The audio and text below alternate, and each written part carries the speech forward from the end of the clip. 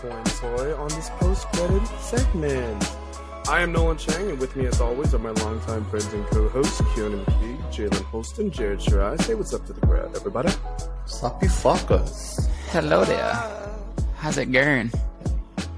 This past week has been trailers galore, and we're going to try to hit them as much as we can for the ones that we deem important. Barbie trailer came out. We will not be going over that one, but it did look kind of fun. We are also going to be going over the Ahsoka trailer. Finally. Jesus, Mother Mary and Joseph, we have been blessed. It is Star Wars Celebration Weekend, everyone. Happy Easter, if that's your thing, but we're here for the Mandalorians, you know. We're also going to be going over a Harry Potter news drop that happened. Like a Harry what? Harry Potter. I don't know. That took you a while. Harry, what now? Oh. Also, The Rock made a big announcement for a specific movie that may be coming soon. Definitely not in pre-production yet, but just an announcement.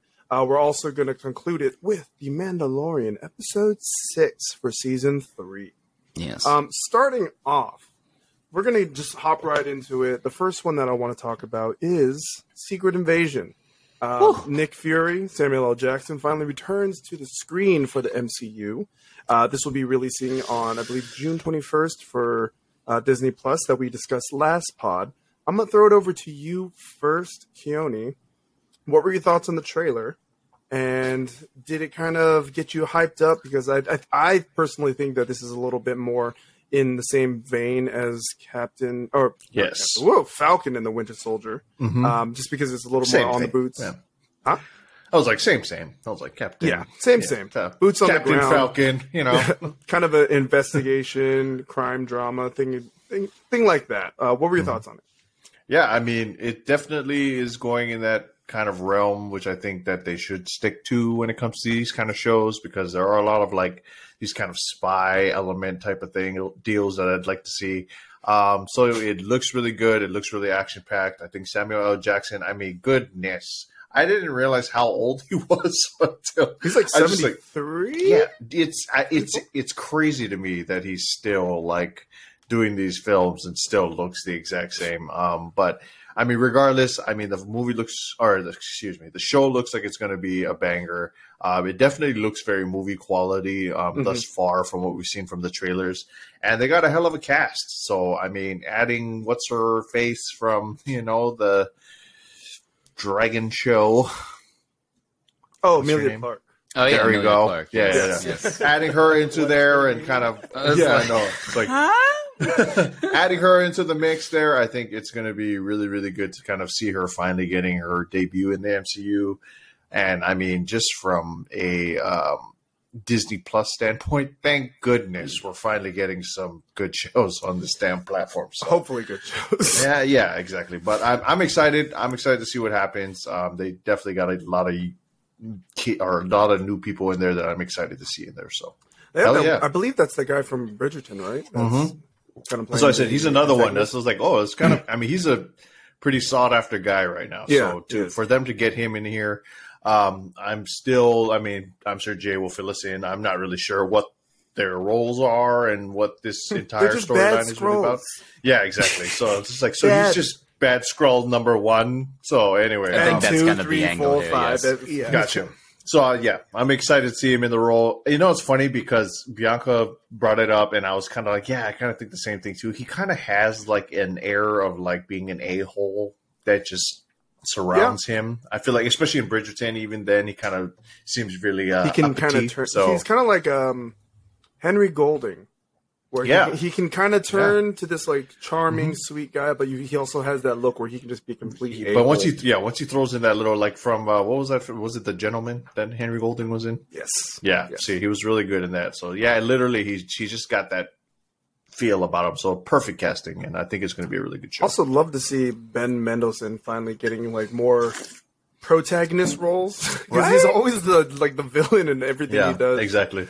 I mean, it's his voice, it's his demeanor. I feel like he carries himself in that way. Really good. I mean, you don't want to get typecast too much, but if he played the role right, I mean, keep it he killed it in the movie. So, did you two have anything to add to it before we move on?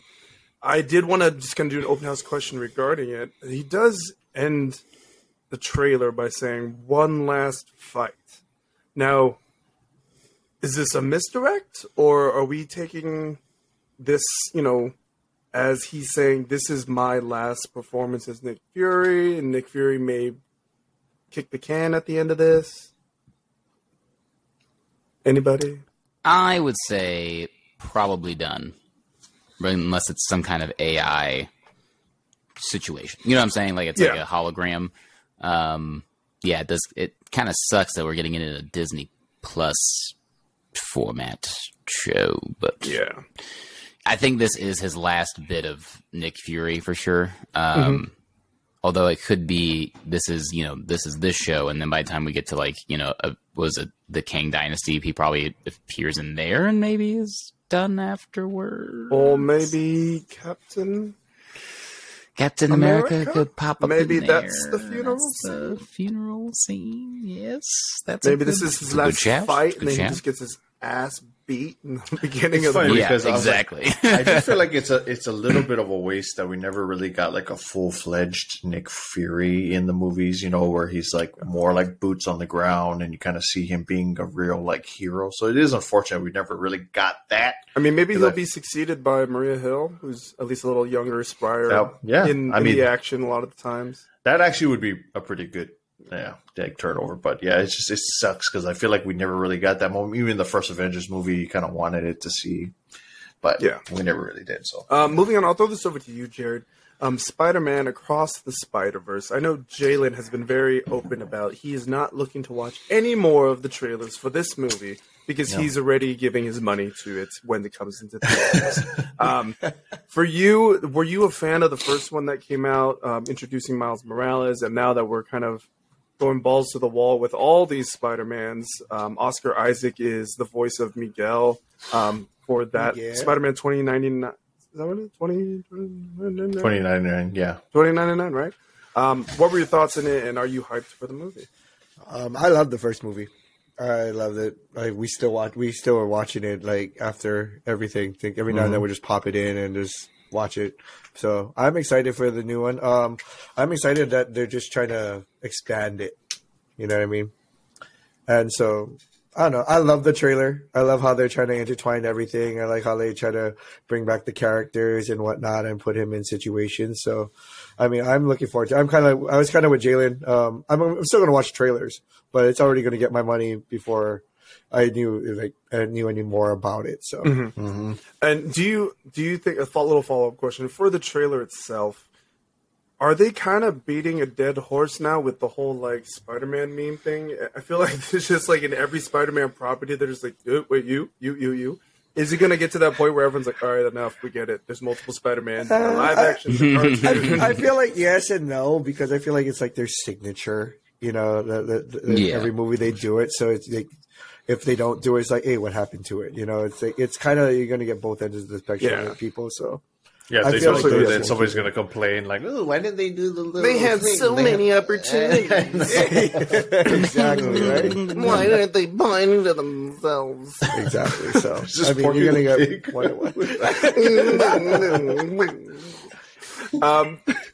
You other two gentlemen, did you guys have any thoughts regarding? Oh, not you. Never mind. Keone, did you have any thoughts? Not you, Not for you. sure. No, you Definitely not you, for sure. You tell me, Not Jaden, you. what you thought.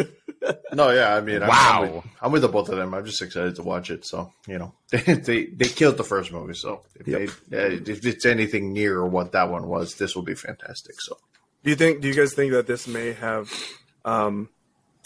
the negative potential to? Are you guys frozen? Wait, did everyone freeze? no, What? Oh, No, that's what? someone froze. Never mind. We're good. Just kidding. Dude, Did you guys? no, think we just that all the- stopped moving at the same time. No, because you were like, I was like, what happened? Because this has the negative potential of further convoluting comic book movies with all this multiverse, other dimension stuff. I know that this is, you could say that this was the first, I guess, property to kind of really incorporate the other dimensions and other worlds. Do you think this is going to be kind of like beating a dead horse now that they're really going all the way into it? And dragging all these. Oh, I'm a different variant of Spider-Man in this world, in this world, in this world. I mean, I think because it's like an Elseworlds type of deal with this universe.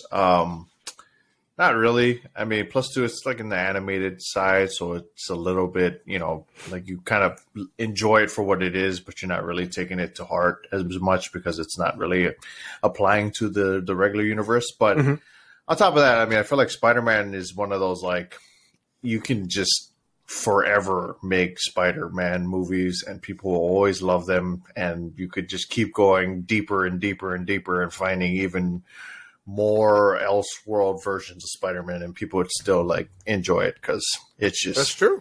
That good, yeah. That is true. Yeah, moving on, Jalen, I wanted to leave this one to you because I feel like you have the most insight on it. The Blue Beetle trailer released for DC. I would love you to first explain to us who the character of Blue Beetle is, as well as what he could mean for the DC world. As far as the character of Blue Beetle, he has two versions that have been at least publicly, popular in his lore. So there's the Ted Kord Blue Beetle, who was part of Kord Industries. It was kind of like an Iron Man type deal. They then on like the New 52 run, they kind of redid the character and reworked the origin story with Jaime, who we're seeing in the trailer here. To be technically the scarab that falls into his possession is technology that is used by Darkseid and some of his soldiers, and it's like artificial, intelligence, that kind of stuff. So it's an interesting dynamic between that because that introduces like some other things with his storyline and all that. And as far as what it could mean for the DC universe, literally fucking nothing. Thank you, James Gunn. This is going to be another wonderful film, I hope. There we go. That literally cannot connect in any meaningful way if they wanted it to, because, again, James Gunn decided to be an idiot and ruin everything. Thank you. Well, let us know what you thought about the trailer. The trailer was fucking amazing. I loved every minute of it. Like, the fact that they're using Lil Uzi is always great. It's just a popular song, get all the kids' attention, right?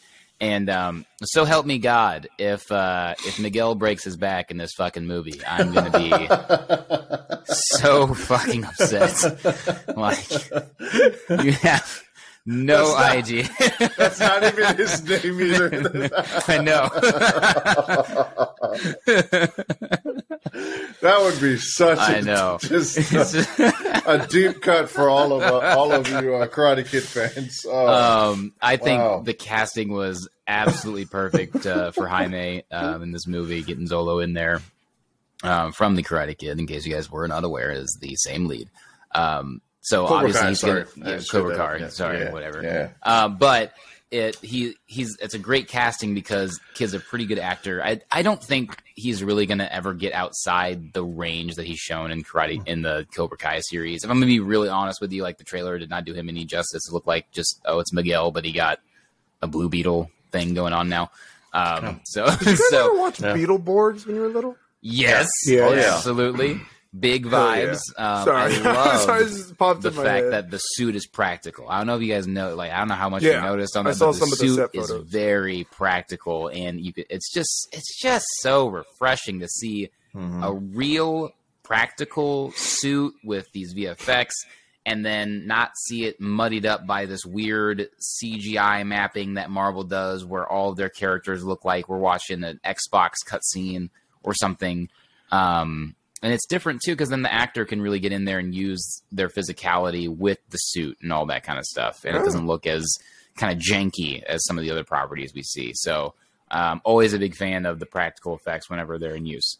I also like the fact that we did get pretty much a full display of where his power level is going to be. It's going to be very, typical kind of coming-of-age superhero young guy story. But the immediate vibes, however... And I texted this in the chat, but like it gave off. You guys ever watch the movie Star Kid? It's like the exact same vibe so. where like he had the suit, but he like tried to eat the like the burger that turns into the burger that turns into Dude, wow. I saw this trailer and I'm like, I swear to God, this is like a $450 million budget, more added version of Starkid, and I am here. That for movie it. Was so lit when I was a kid. It was lit. I used to go down to like $1 overnight rental, just pop that one in every single time. Yes, yeah, that was. I was like, that was definitely a not blockbuster, Redbox kind of deal, maybe. Yeah, absolutely. But yeah, I loved it. I can't wait to see it. I'm super excited. Blue Beetle is kind of one that's been more recently popular with the Young Justice series and the New 52 runs that have been out. So, especially Jaime, that version of Blue Beetle is very, very cool. So I'm glad they went with that one and not Ted Cord also. So for sure. Yeah, I'm pretty hyped to see this movie. Did you two gentlemen have anything you wanted to add regarding the trailer for Blue Beetle? I'm stoked. It looks really good. I mean, I think you can definitely tell that he does his own kind of choreo and stunts and stuff. Gotcha. So seeing him, I think that ending scene thing where they were like, I can create anything you want. He creates that huge blade Buster thing. Sword, baby. My God. Like the way blade. that little thing where he like kind of slides it across the floor. I was like, okay, that was dope. Oh, you about to see a hell of kids doing this at Halloween. Bro. I'm just saying this. I mean, it was literally the perfect casting for this. So yeah, I agree with Jay. I can't wait to see him on the big screen. But yeah, I also agree that this may be kind of his only. You know, somebody said he's actually like new age. What is his name? What was that really bad actor from the Twilight series? New age Robert Taylor Pattinson. Lautner. Oh, Taylor Lautner. Yeah. They're like he's bro. He's got the physicality, but he's very like bland. I don't know how much range the kid really has because I mean he showed a lot in Cobra Kai, but it's just like. For the castings that for how he is right now, because he's got baby face, like the roles he's going to keep getting are only going to be like this niche kind of deal where he's going to be a crazy good Black Ranger. He's going to be great. It's going to be great Black Ranger. It's going to be fantastic. Can't wait to get that fan casting locked in. Just say really good. Really good. Yeah. It'd be cool if, James Gunn didn't ruin everything because moving on. Connection to Dark Side would have been really cool. Say it, Jalen. Had we seen Dark Side. I do want to say, though, it does suck because this does look like it's going to be really good. I'm actually super hyped. When I saw the trailer, I was like, damn, I can't wait to see this movie. It does really suck that it's not going to be tied into anything. So, if this doesn't end up carrying on in any sort of way and they kind of just waste this entire cast, then I'm going to make money, be pretty and then they're just not going to make a sequel. Yeah, it's how pretty crazy. It's pretty lame. We'll find out. Moving on to something that at least Jalen will be happy about. Yes, the Ahsoka trailer. Finally, yes. My God, damn. Gentlemen, open house. Let us know what you thought. Cool. We go? Great job, everybody. Real quick, God. It looks really good. Can't wait to see it. Okay, moving on. I'm excited. About time. Grand Admiral Thrawn is fucking here. We didn't see like the whole bit, but we saw him sitting in that damn chair, and we know some shit is about to go down. Okay, so there are some notes in here. However, I would like to note specifically, I do not believe these are traditional Sith that she will be fighting in the show, because technically speaking, the Jedi and the Sith both kind of went away after the events of Order 66. Well, I mean, the Sith are kind of around still, but not really, but yes and no. But yeah, by the time this takes place, the whole Luke thing happens, so it's not really, it's different. It's different. So really, there shouldn't be any Sith left. So these just might be dark side acolytes using, it wasn't quite a red lightsaber. They looked more orange gold to me. So that's going to be interesting to see in that whole exploration. We get to see a older version of someone from Rebels. It's Sabine. Holy shit. She's in the show. Dave Filoni is literally just bringing his entire Rebels show to life before our eyes. It is beautiful. Was that the purple hair? Hair? Yes. Ah. And it means by all calculations, there's an outside chance we see Ezra. I'm just saying. I don't know. It's Dave Filoni, man.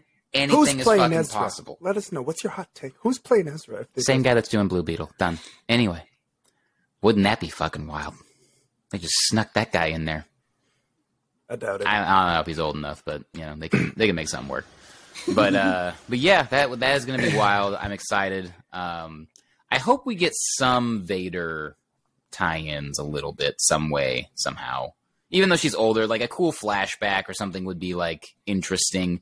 Somebody in the suit doing the whole bit. A live-action flashback of their encounter, actually, from the Rebels series would be fucking cool if they did that. I'm trying to remember what timeline this is in to make sure that would actually be able to be done. I was kind of curious because I know we've talked about it before. Do you think there's even an outside chance that, since you've said they were thinking about kind of retconning the 7, 8, 9 Star Wars movies, that any of these shows could tie in because they may do like a series that's a little closer to this timeline as opposed to like super far in the future where all of this doesn't really matter anymore? Like, is there a possibility that happens? I think I definitely think it's possible because George is involved again with all the new trilogy stuff that's happening. Mm-hmm. So I can definitely see them retconning a bunch of stuff through these newer shows that we'll see in a timeline, fairly decently close to the last trilogy that we just got with Rey. Mm-hmm. So it's still all going to kind of weave together, I would imagine. But the timeline is confirmed. This is 5 years before A New Hope. So Vader is definitely out around. So like definitely 100% should definitely be seeing that guy in a flashback from Rebels. If you're wondering which scene I'm talking about, it's where she finally confronts him for the first time in years, and it's a whole awesome fight scene. She cuts it's a similar one to the Kenobi series, actually, where his helmet gets sliced off and she just sees the eyes of her former master, and then he's like, again? God yeah, exactly. So I would again highly suggest you go look it up because it's very amazing. And you're already watching Clone Wars, so you're in for a wild ride. You are gonna hate her so fucking much, and then you will immediately love her later. I can't wait. Yeah. That's I did want to, because I did see some news today as well that I wanted to kind of drop on you guys if you guys haven't seen it yet. Daisy Ridley is returning as Rey for a new Star Wars film. They announced it at the Star Wars, I don't know what event's going on. It's going to be called Skywalker. No, I'm just joking. And apparently she is supposed to be rebuilding the Jedi Order.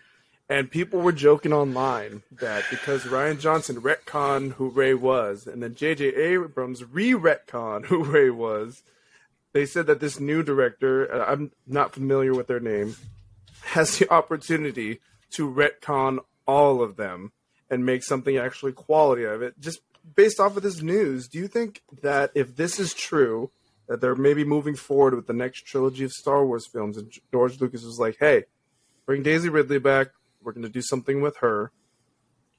Is this something you guys are interested in seeing? I know that we've discussed that, stop making the universe so small, let's move on to something else.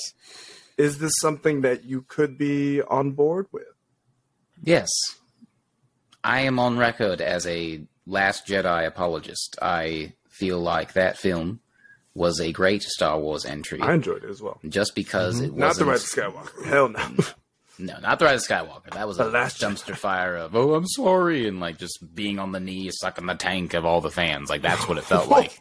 Like a full-on double-fisted. What version did sorry. What more?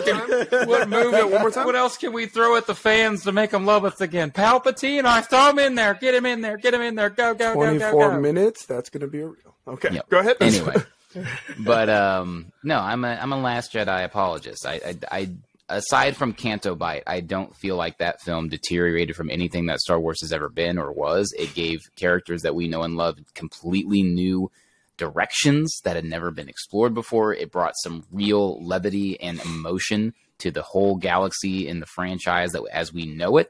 And you can't tell me that you would have ever seen a Mark Hamill performance like that had he done the stock standard Luke that he's always been doing. That was a riveting interpretation of Luke. I absolutely loved that he was broken, because the whole trope of I'm the hero and I always go save the day is fucking boring. It's boring. We've seen it for 40 years. It's boring.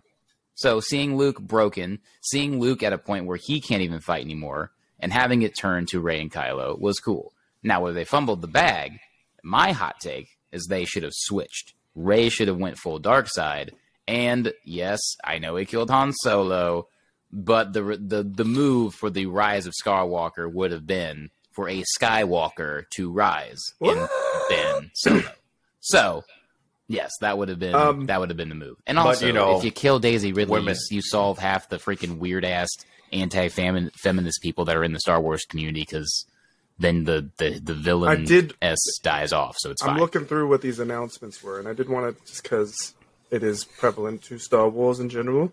Indeed. They said that Kathleen Kennedy has announced that the next projects, I'm assuming this means shows and movies, are going to span over these eras: the Old Republic, the High Republic, Fall of the Jedi, Reign of the Empire, Age of Rebellion, the New Republic, and Rise of the First Order. So the Old Republic one is going to be the Sith Acolyte show. That one we already know. That one's coming. That's down the pipe. And they have announced the next 3 movies that will be directed by... the one that's supposed to be the New Jedi Order is a director named Sharmeen Obaid Chinoy. Not really too familiar with her. James Mangold. Holy shit, they got a Mangold to do? Doing a film regarding the First Jedi. That's wild. And Dave Filoni will be directing a movie for... Oh, yes, he gets the nod. Culminating the events of the Mandoverse. Oh, my God. That is a... Those are the 3 banger of a project. Today. Yeah. Dave Filoni working his way up. He went from animation director to producer to director on The Mandalorian, and now he's getting the big... But like Jon Favreau is like the Andy Reid of Hollywood right now. He is just producing these massive talents everywhere. Out excellence. He really is. It's crazy. Wow. We can forget about Boba Fett, but the rest of it has been fantastic. But Boba Fett gave us some cool shit for Mandalorian right now, so I give it a whole pass. It's like Boba Fett until Mando dropped in. There you go. Now you all feel it's like that one Key and Peele meme was like, he's 1/8 black. I think I think what really bothered me about that is I really like the actor for Boba Fett, so it was kind of annoying that they wasted his, because he's really good at kind of doing the dramatic stuff. So it would have been cool to put him in the same darker tone as the rest of these shows. So it just sucks, because hopefully they make up for it in some way and give him another shot, because that was not the show to put him in. Absolutely. Moving on, this is maybe just kind of a verbal announcement, nothing kind of set in stone from my understanding. The Harry Potter IP will be moving to HBO Max as a series. Each season is supposed to be taking place over the course of one of the books. So there will technically be 7 seasons, if this all gets greenlit and official. So by the time we're 45, we'll get to see these.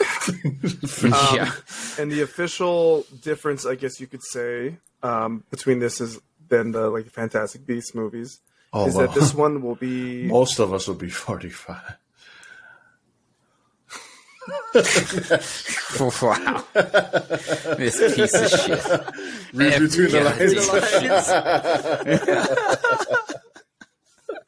Some of us will be... Every episode. It's either his age or... That's what I'm here for. Bang, bang. But yeah, apparently JK Rowling will actually be invested in this production, so that it kind of stays, as she says it, faithful to what she had written in that world she had built. What are you guys' thoughts on this? We kind of have said that we have been interested in more Harry Potter stuff, especially with you two. I know you guys have played the Wizarding World game. So good. Hogwarts Legacy. Hogwarts Legacy, call it the Wizarding World game. It's the world with wizards. Wizarding World of Waverly Power. The Wizarding World is the name of the place at the Universal Studios. I thought it was the Disney You're such show. a nerd. You're a fucking nerd. Anyways, Get out of here. what are you guys' thoughts on this being a potential official greenlit thing for HBO Max? We know HBO Max has crushed it when it comes to TV series, slating back to their actual TV channel, HBO.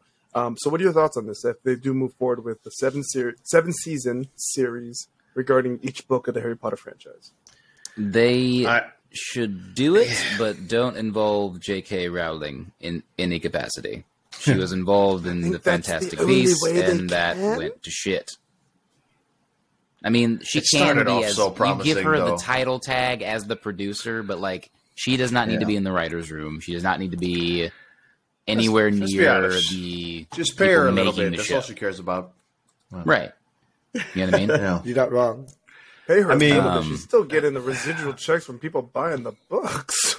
Yeah, exactly. But I think that's all she really wants. I don't think she really cares about necessarily being a part of the project. I don't know. I know for me, it's a little bit of a hot cold type of situation. It's going to be really hard, one, to kind of replace the three-headed snake of the main characters. So I think they have a very kind of uphill climb as far as like getting those castings just perfectly nailed. 7 seasons. You know how fast you're going to have to produce those. Not just that, the but kids like, don't look like they're the us age by thing. The time. Yeah, that's one other thing that I was a little concerned about.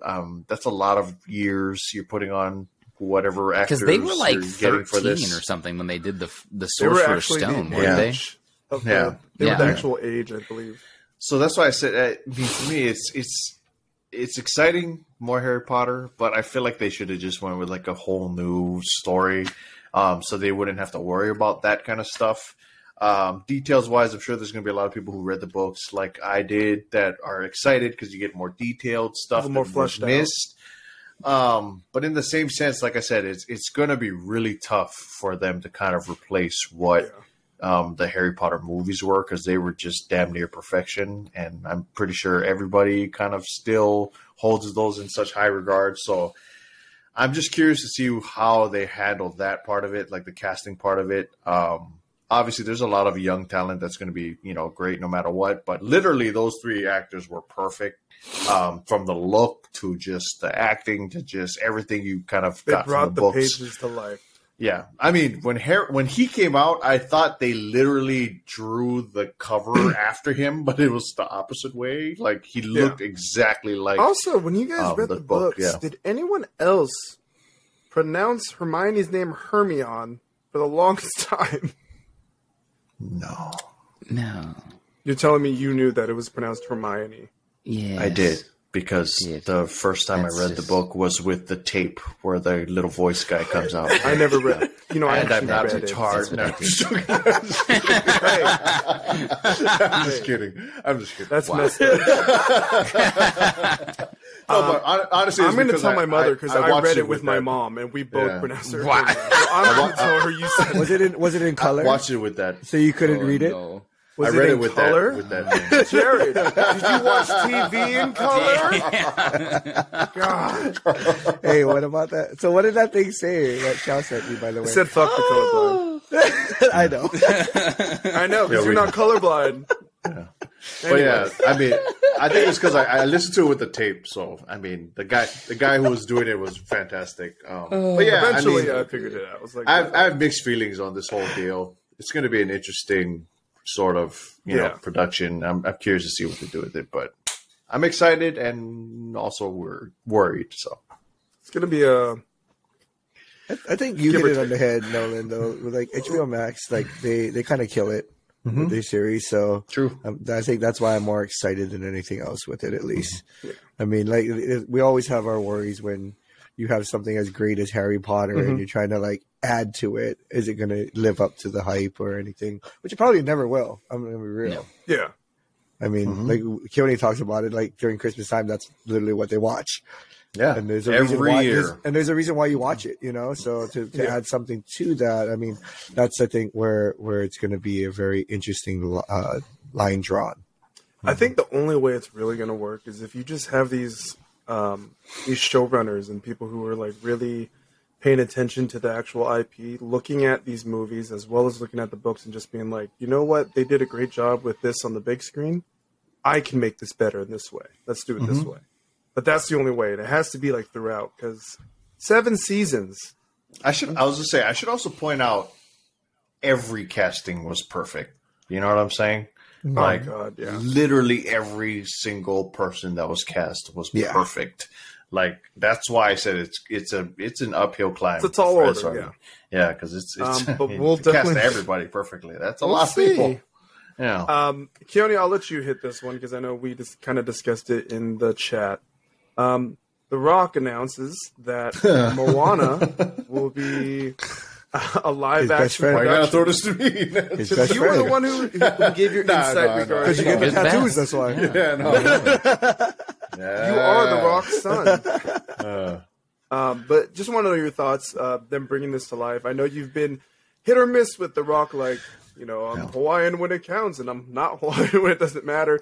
Legit, in the trailer, he's made it, or in that little video he made, it made it just that much worse. It's just like, which one are you, dog? Just pick one. Can't be all of them. Yeah, I mean, I think regardless, I'm excited. I if I'm not mistaken, is he saying that he's going to be Maui again? Yep. Okay, that's as okay. well So I was as like, the lead actress will, I think, be taking that role as well. oh, she will. That's what my understanding Well, was. weren't they walking together? I'll have to The look girl at that it. voiced her and sang? No, he was just Yeah. he was by himself Yeah. with his daughters in the Yeah, video but I that believe we- I heard that she will also be reprising that role in the live action. Now, Oh, see, that's a okay. banger. Well, that's a banger. I'm in yeah. now. Yeah, you sold me. I was interested to see what they were going to do with that casting, so I didn't know that. But yeah, I mean, for me, it's going to be a fantastic film. We kind of seen what the Disney machine can do with these sort of water-based films, as they kind of did with Avatar. I know they're not going to have James Cameron on this for this project, but Thank God. they definitely can kind of they definitely can handle the VFX portion of this.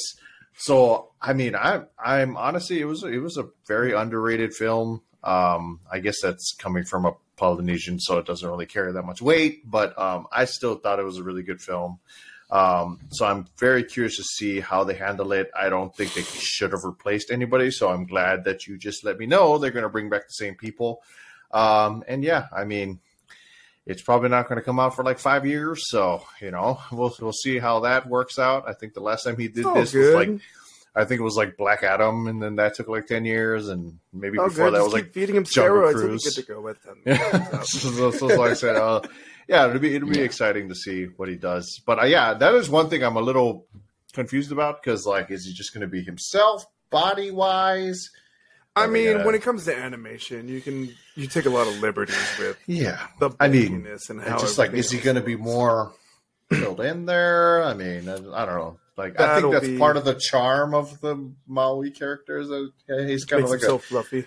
Yeah, so I think that is going to be like a little weird to see. Yeah, it's going to be a little weird to see him just like fully cut up and ripped as Maui. But I mean, either way, I guess the voice makes sense. Unless they go like Will Smith Genie kind of animation where they kind of fluff him up a little bit. That way, they could do he's that. He's going to be magic for the most part. I mean, honestly, even give him like a Thor tummy. Maybe just, throw one of them on there. But yeah, we need all of that, but all right. Maybe like a power lifter tummy. That's a little more. Yeah. But it's going to be a minute before we get to see this film. So, until then, until we get to kind of see what the VFX and all that look like, hopefully they get to cast a lot more kind of like these, the Polynesian actors who are out there. So I'm curious to see what it looks like. Excited. Jared, I wanted to ask you, just kind of regards to this. Do you know, or I mean, Keone as well, but I wanted to get Jared involved before we go into the Mandalorian. Do you have any people in mind that maybe are local to Hawaii that you think should maybe get a role in this upcoming movie, just because, keep things kind of kosher, not looking like a Scarlett Johansson situation or Emma Stone? You know what I mean? Jesus. You know what I mean? Just saying. Not a Scarlett Johansson-led Japanese anime adaptation, surely. I don't think that was the white decision. Wow. You feel good Anyway, about that? Off the top of my head, I can't really think of anybody. Wow. Like, off the top of my head, I can't really think of anybody. Keone, did you have any? Keone might have. I mean, not necessarily Hawaii actors. Yeah, local. You know, just in general, if there's any. Like what's his name from the Boba Fett show? I think he would be. I think he actually was already. He might have played the father in the original one, the king, maybe in the animated version. So hopefully they bring him back because I think he just fits the fatherly role. He did it in the Aquaman as well, so you know he'd be a great casting for that if they bring him back. I would like to see for the mother them kind of bring in an actress from way back when. Jared, I know you know the film Once Were Warriors. Yeah, so she played his wife in that film. Yeah, but she would be a great cast for kind of like the mother or the queen in this one. And then just, you know, in general, I mean, I wouldn't mind them just kind of bringing in all sorts of names throughout the entire thing. What's his name from that weird Aloha? But no, not Aloha. It was what was that weird Netflix film that was horrible and so stupid? I didn't want to really finish it, but I finished it anyway. The Hawaii-based one. It's just like I feel like it was like but I am pressed for time or something. If we don't know, okay. Well, anyway, yeah. So there's a lot of great that'll people bring us I'd into like our to see. last topic of the day. The Mandalorian, episode 6. Jalen is fresh off of watching it. Jalen, let us know your thoughts on this episode. What goodies did you see, as well as kind of the fan service that kind of popped out in there a lot? Tons and tons of fan service, if you will. There are so many beautiful nods to like the Phantom Menace with the whole bit of it being about basically how droids get drunk and then do drugs. That is this episode. That is exactly what happens. There's like this whole planet that we hadn't seen before. It's in a dome. It's this kind of utopia. Yes, the Nepante. They had this beautiful utopian society thing or whatever, and we get to finally see Jack Black enter the Star Wars realm of things. It's beautiful. And he does a Lizzo, fantastic job. I love his costume. Yeah. Why is she also in the show? I don't know why Lizzo's here. It's fine. Whatever. She looks great. Her like dress had like the big like the hologram, but also part of the dress off, royal. It was all great. And then, of course, we see what I had predicted since the beginning of the show. Bo-Katan being Bo-fucking-Katan, okay? She bodied that man and earned that goddamn Darksaber, okay? That's what happened. Hell yeah, brother. On the replay. Hell yeah, brother. So it's all good stuff there. The show's going basically exactly where I thought it would go. Honest to God, for a minute in the opening credits of the episode, we're meeting her crew and we're catching back up. I thought they were just about to fucking drop Thawne in there for no reason. To just kind of... Or Moff Gideon, one of the two. But I was like, oh? Not quite, though, unfortunately. But it was cool to see, again, another new world, another new thing in Star Wars that we didn't even know was a thing or possible, that basically droids can get drunk by drinking weird coded fluid that is also helping them to not experience, you know, degeneration or whatever, a degeneration, whatever. So that was cool. I want to see probably moving forward, at least now, this was episode 6, so I feel like we got to get Moff Gideon in there next episode and really start getting towards the momentum of this finale stuff. Like we don't have. I'm worried we're on pace to get another crammed finale type episode from a Disney Plus show. That's my only worry right now, because it was a bit of a filler overall, fun filler. Got some things resolved a little bit. Because the only reason we got the droid arc was because Bo-Katan needed to go to find her crew to kind of overtake it because they're trying to reunite Mandalore. But of course, to do that, there's some weird task. It reminded me very much of SWTOR in that, like, here's your mission, but in order to get the mission done, you have to do a favor for somebody. Go back to the NPC, tell them you completed it. Okay, now go to this NPC and tell them you completed the mission, and then they'll give you the key that you need to go destroy the 14 ads, and then you come back to the NPC to say you finished the mission, and then you can continue the story chapter. That's how it felt when I was watching the episode. It was like The Division. But yeah. No, yeah, it's like, basically. yeah, it's kind of same thing. But yeah, no, it was freaking amazing. I loved it. I'll roll it over to you, I loved every Keone. minute of it. Just kidding. I'll roll over to you, Keone. Disney Plus is kind of putting themselves in a bind right now where they are still putting out these short seasons, but they are insistent on making episodes. I wouldn't say filler, but traditional in nature, in how you have these little side quests you're going to do. You're investigating this droid incident that's going on this planet. This should be something that's maybe in a 13 to 15 episode season, but they're doing it in a 8 to 9 episode season. My understanding is that viewership numbers are steadily declining for Mandalorian. What are your thoughts on this? Do you think that they're... One, did you like the episode? And two, do you think there is anything that they can to boost it back up? Or is it going to have to be right out the season, focus on the next project? I definitely will say that I was not really that excited about the episode till the end. So it kind of took a little bit to get to that moment that Jay was just talking about. So getting to see that full-fledged Bo-Katan fight was kind of like the saving grace for this episode for me, because it was a little bit of a slower beat. Yeah, it sucks because I feel like because they have been trying to make so much content, they're not really able to kind of give these other ones time to breathe. And I mean, it's because they have like 10 different shows going on at the same time. I think they just kind of really need to commit to making a TV or show universe, you know what I'm saying? Like, where it's not just like, hey, let's just make an extended film in 8 episodes, but like, let's actually make fully fledged shows.